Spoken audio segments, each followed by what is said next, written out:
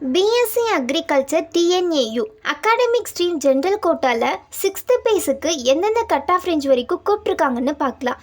MBC and டிஎன்சியில் 159 to 136.5, எஸ்சியில் 157 to 151.5, எஸ்டியில் 154.5 to 151, எஸ்சிஏல 149 to 144, பிசியில் 147 to 101, பிசிஎம்ல 131.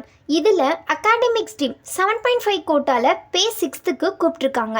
இதோட கட் ஆஃப் ரேஞ்ச் பார்த்திங்கன்னா பிசியில் 182.5 to 181, எம்பிசி அண்ட் டிஎன்சியில் 184 to 183, பிசிஎம்மில் 177 to 175.5, எஸ்சியில் 182 to 181, எஸ்சிஏல 181 to 179.5, எஸ்டியில் 182.5.